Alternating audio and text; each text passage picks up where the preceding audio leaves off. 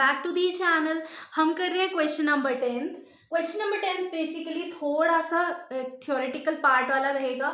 यहाँ पर अभी तक तो हम लोग क्या कर रहे थे, पैरेललोग्राम को डिस्कस कर रहे थे, बट अब क्या आ गया है, ट्रेपीजियम का क्वेश्चन आ गया है। अब ये कैसे होगा, क्वेश्चन पढ़ते हैं।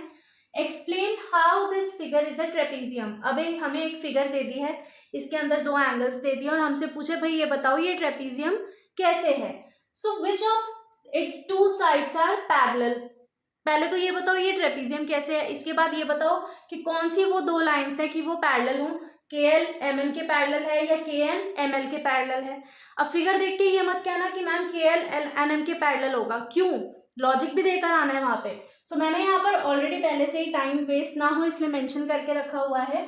हमने क्या किया है, देखो एक चीज है, ये दो पैरेलल लाइंस है मान लो, ठीक है। अब इनके बीच में एक ट्रांसवर्सल है और यहाँ पर जब एंगल बन रहा होता है तो हम क्या करते हैं, उसको angle A plus angle B is equals to 180 degree. क्यों, क्योंकि सेम साइड है, ट्रांसवर्सल की सेम साइड पर है, इसीलिए क्या होंगे 180 डिग्री होगा इनका सम। सो थ्योरी क्या है, when a transversal line intersects two lines in such a way that the sum of the adjacent angles on the same side of transversal is 180 degree. अब यहाँ पर देखो ये MN है, मान लो मैंने एक ये लाइन बनाई है दो, NM और ये KL, ठीक है। अब ये पैरेलल लाइंस मान लेते हैं, मैंने कहा नहीं है बट मैंने कहा मानो, और मैंने एक ये ट्रांसवर्सल यहां से पास ऑन करवा दिया है, ठीक है। अब क्या है, देखो ट्रांसवर्सल पास हो गई और यहाँ पर एंगल बनवा दिया मैंने, एक 100 डिग्री का है एंड 180 डिग्री का है। सो यहाँ पर क्या हुआ, अगर मैं ये ट्रांसवर्सल गई, ये पैरेलल लाइंस थी, पैरेलल लाइंस को बेसिकली जब एक ट्रांसवर्सल कट करती है तो जो उसके एडजेसेंट एंगल्स होते हैं उनका सम कितना होता है 180 डिग्री। सो यही चीज यहाँ पर लिखी है, then lines are parallel to each other when a transversal line intersects two lines in such a way that the sum of the adjacent angles on the same side of the transversal is 180 degree, then the lines are parallel to each other. So यहाँ पर भी यही चीज हुई है, ये transversal बना ML किसके लिए, NM और KL के लाइंस के लिए पैरेलल लाइंस थी, तो ये इसके लिए ट्रांसवर्सल बन गया। इनका एडजेसेंट एंगल्स का सम कितना हो गया 100 degree plus 180 degree. Here angle M plus angle L is equals to 180 degree, 100 degree plus 80 degree is 180 degree. Thus MN is parallel to KL. समझ आ गया इतना। अब as the quadrilateral KLMN has one pair of parallel lines, trapezium की property यही थी कि one pair of lines क्या होनी चाहिए, पैरेलल होनी चाहिए। सो यहाँ पर ये हमारी कंडीशन फुलफिल हो रही है। as the quadrilateral KLMN has one pair of parallel lines, so it is a trapezium. So ये बेसिक से थ्योरेटिकल पार्ट वाला क्वेश्चन था। यहाँ पर आप लोग को ये ध्यान रखना है कि जब भी कोई ट्रांसवर्सल पैरेलल लाइंस को कट करती है तो उसके अंदर जो एडजेसेंट एंगल्स का सम होता है वो 180 डिग्री अगर होगा तो वो क्या होंगी, लाइंस दोनों पैरेलल होंगी हमारी। नेक्स्ट हमारे पास है question number 11, last question of this exercise.